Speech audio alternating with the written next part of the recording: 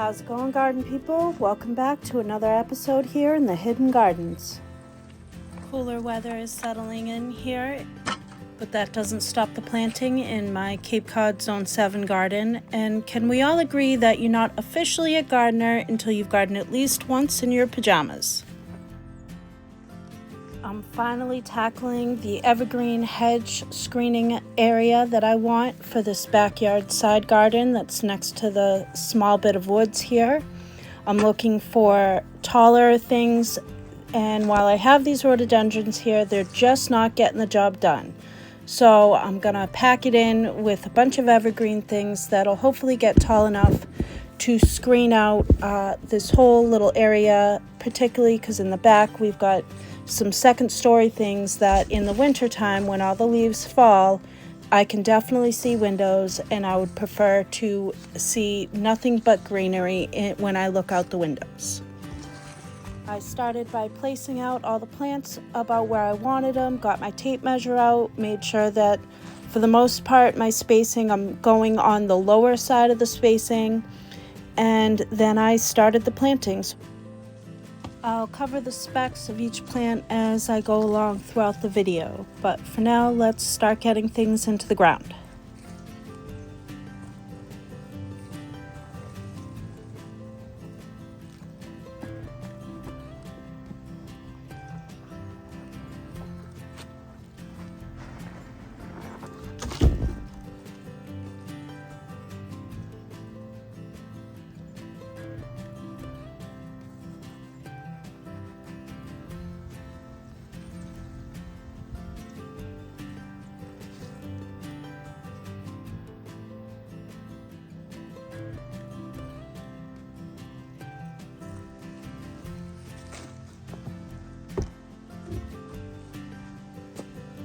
One down with a whole bunch more to go, and we'll take a minute to admire this weeping Alaskan cedar, which is spectacular, and note the snowdrops that I should probably divide now so that I can see them before they kind of come up.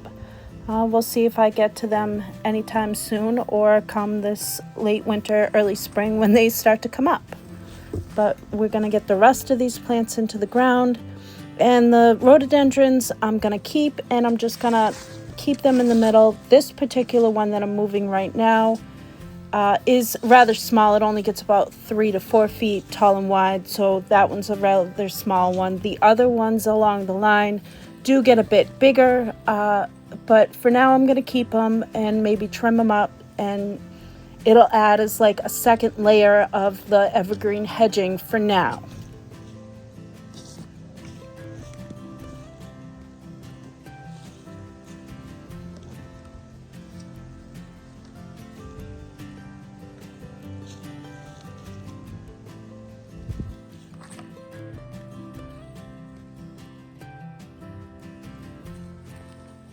Digging over in this area, I did come across the daffodil bulbs. This little back area for a while was an area that I would just take bulbs that I planted in pots and just kind of didn't have a place for them, so off they went into this backyard. And while the tulips haven't really come up well back here, all the daffodils certainly did come up perfectly fine, so I'm doing my best to just rebury them back into the ground, all the ones that I've found while I was digging, and they should come up just perfectly fine this spring, so I'm not too worried about that.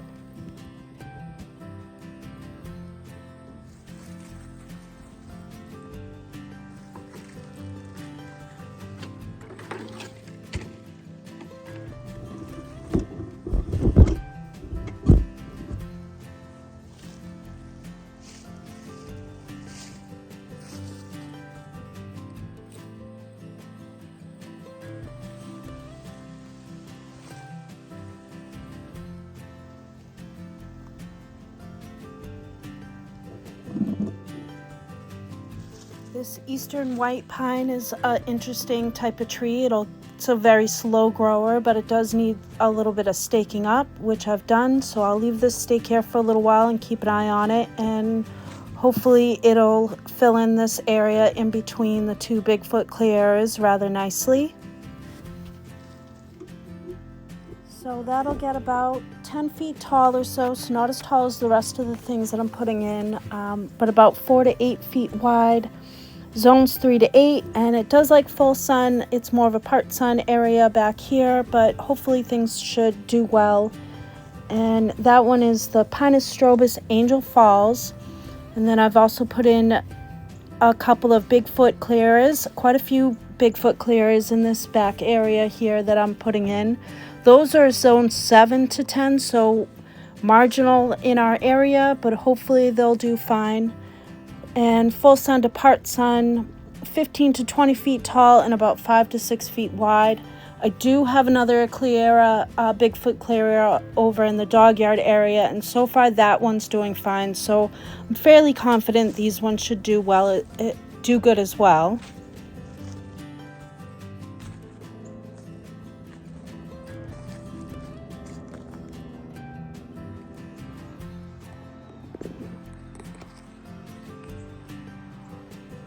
If any of the clearers have an issue, it'll be this one because it just came in and I think it came from a little bit of a warmer area. I did try to harden it off a little bit, but if any shows an issue, it'll be that one first for sure.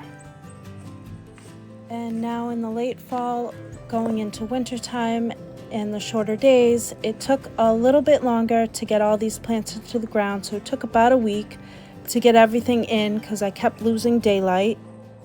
Though, as you might be able to tell, even though all these plants are young and small, they're already making a bit of an impact for an evergreen type of wall that I want going on back here. While I've already worked on this whole back area with the emerald green arbs and a fluffy arb, I wanted to add different plantings so that it's not so much of the same thing, especially if like one arb was to get sick, it has the potential to spread to all the other ones. So if you do a little bit of a breakup in the planting, then you're not going to lose your whole screen if something should go awry. But I think that all of these plants are going to do really, really well to fill in this whole back space. So I'm pretty excited about the plants I chose and getting them all in.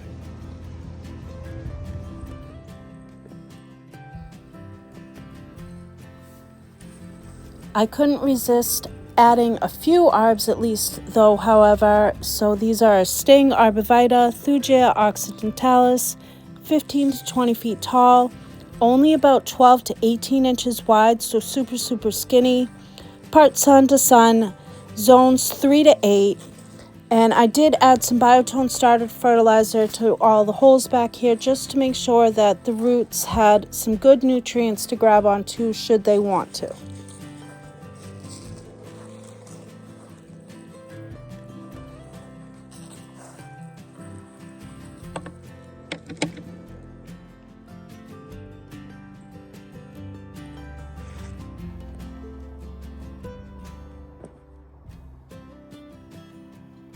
The cold is definitely starting to set in here, as you can see by the hydrangea leaves, and I was certainly doubling up on the clothes, getting out here in the cold and planting things, but I really wanted to get everything that I could into the ground, especially these deciduous trees that I've had sitting in pots for quite a while. So the majority of these plants I've either had, and I only ordered a few, like these Sting arbovitas. I had a few of them and I did decide to order a few more, mainly because I was able to get a great deal on them, but also because of their shape and size, the height and the thinness. I found that I really kind of wanted to get those in the spots that I put them in, and I did have 2 more that I had to order, but I already pre-dug those holes, so when they come in I can just pop them into the ground.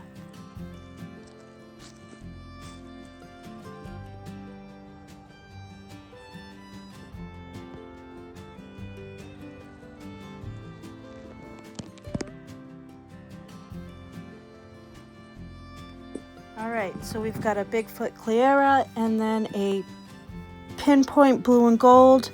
Might just be the Pinpoint Blue, but I think it's the Pinpoint Blue and Gold Fall Cypress. That one's 15 to 20 feet tall, 5 to 6 feet wide. Part sun to sun, zones 5 to 7, next to another Bigfoot cleara, and then we have these nice row of staying arborvitaes that are flanked right behind a deciduous tree. This one is a quason, and then I have a autumnalis that is down the road a little bit more, both cherry trees, so those will be really pretty. I'll go over those specs a little bit later. And then in the middle is a Atlantic white cedar, Chamaecyparis thyoides, gloccula pendula. That one would be 15 to 25 feet tall, 6 to 8 feet wide, zones 4 to 8, part sun to sun, followed by another line of staying arborvitaes, and then another Bigfoot cleara, then the eastern white pine, another Bigfoot cleara, and then the weeping Alaskan cedar, which is a fantastic tree, Chamaecyparis nucotensis pendula, 25 feet tall, give or take 12 feet wide, zones 5 down to zone 5, full sun. And this one right here is the one that I was hoping to get. If you followed me along and you're a subscriber, you know that this tree I was trying to get but ended up with the Atlantic white cedar. So that's definitely where botanical names come into play. I was trying to get this Chamaecyparis nucotensis gloccula pendula, but ended up with the Chamaecyparis thyoides gloccula pendula. So that's where that confusion kind of came in. But now I have them both, and I'm pretty pleased to have them both, to be honest. And then we've got another Bigfoot cleara next to that fluffy arborvitae. Now, where I've planted things, I'm hoping that they'll all kind of play nicely together, considering their shapes and how big they are and where they're, gonna run into each other. Hopefully everything will play nicely. And I did decide to plant these deciduous trees. We've got a Vesuvius plum right here. That one's zones 4 to 9. Full sun, 15 to 20 feet tall and wide. It has really, really pretty dark foliage. So I'm thinking that that'll play fairly nicely right there. Next, in the deciduous trees, I planted an autumn cherry tree. This one's been sitting in the pot for a while, and it shows. And as you can see, it was definitely dark by the time I was able to even get to this one. And that one's about 25 feet tall and wide, give or take. Zones 5 to 9, full sun. And the other cherry tree down the way a little bit is a quason, and that one's about the same width and height, only the difference there is the double blooms on it for the cherry blossoms. Absolutely beautiful. And this autumn cherry tree also blooms sporadically, at least in the autumn, hence the name. So it definitely does a nice big spring show, but it also gives a little bit of a show in the fall, which is very, very pretty. I wrestled with this tree until it was really dark and planted it out, so I had to stop before the next day to get the other tree into the ground.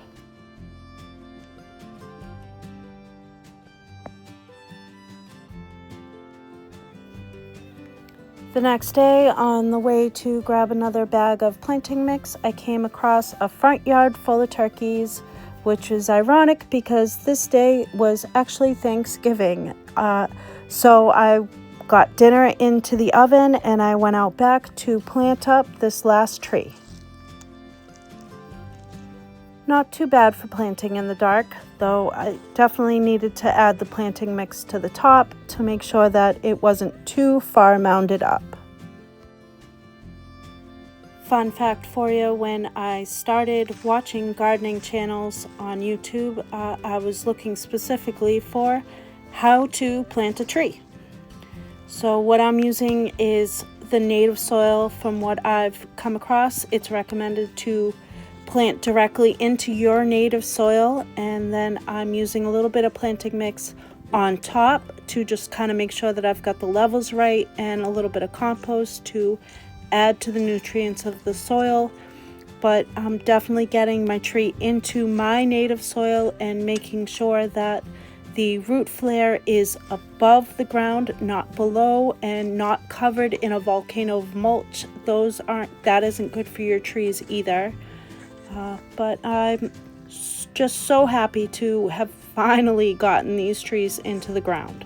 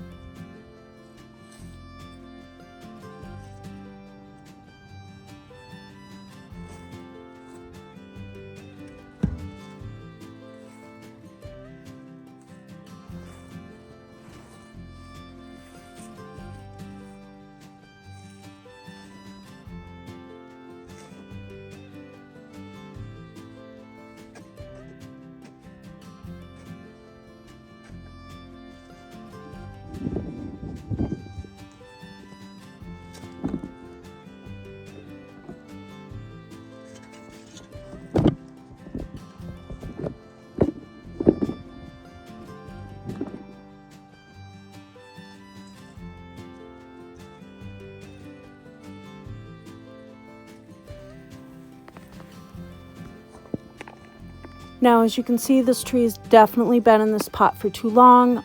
If you've ever grown trees and plants in pots, you'll know that you got to put something underneath it. Otherwise, if the pot's sitting just on regular ground or soil, it'll definitely grow through the pot to get down to the soil underneath, which is what was happening here. So I tried to keep as many of the roots intact as I could, but those were getting in the way and I wasn't able to actually get the pot off. So hopefully a little bit of a light root prune there, and hopefully the tree should be okay. But we'll see. So if you're new here, please consider subscribing. It helps me out. It helps the channel out. But more, you'll be able to see how these plants do, if they make it, if they don't, how they do well together, and how big they'll get, if what I'm planting works or if it doesn't. If you're returning, I definitely appreciate you. And while I hope that I'm entertaining to you all, I hope more so that I'm inspiring for you all to get out there and continue along on your gardening journeys for yourselves, whether you're a gardener or a painter or whatever your journeys look like. Get out there and experiment, try things, try new things. Even if they don't work, there's still a learning opportunity for you to work off of and to try and to have fun with.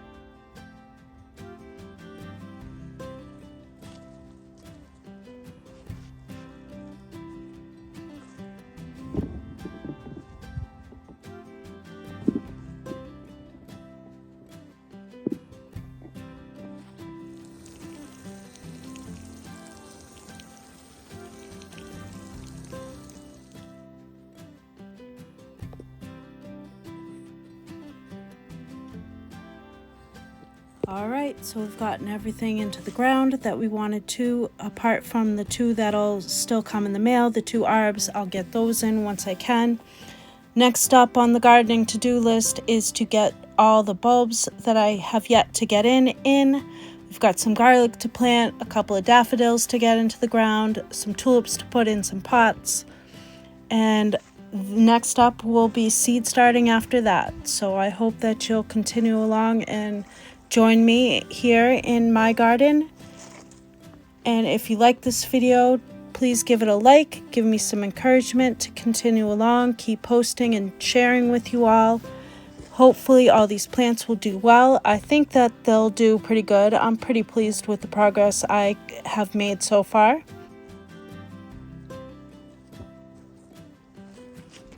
Still working out the videography and microphone situations. I shot this one, I shoot on my iPhone, but I shot this one in 30 FPS in 4K, but I'm not sure. I might go back to 24 FPS in 4K because while this is a lot brighter, it seems a little bit more choppier and not as flowing as I transition and move around. I don't know if you're a recurring subscriber and you notice a difference. Let me know in the comments if you notice, or if it matters at all, let me know.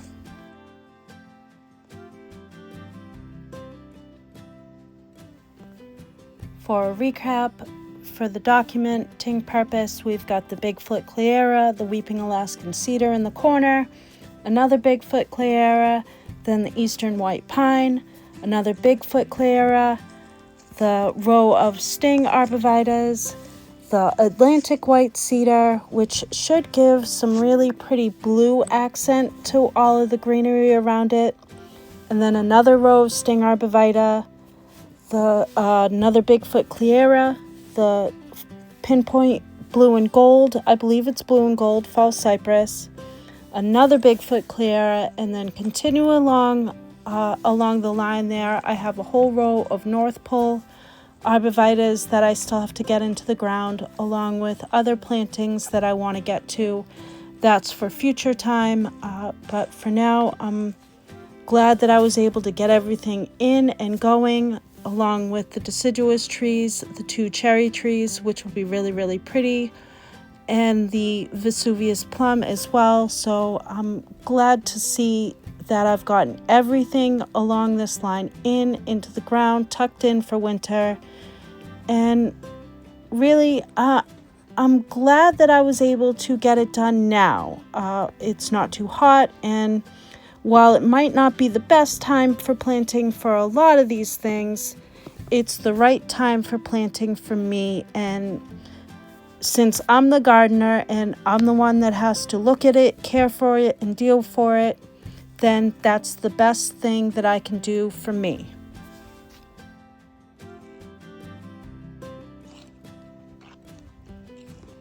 So as always, I hope that this video inspires you to continue along on your gardening journey, whatever that looks like for you, and thank you for coming along on mine.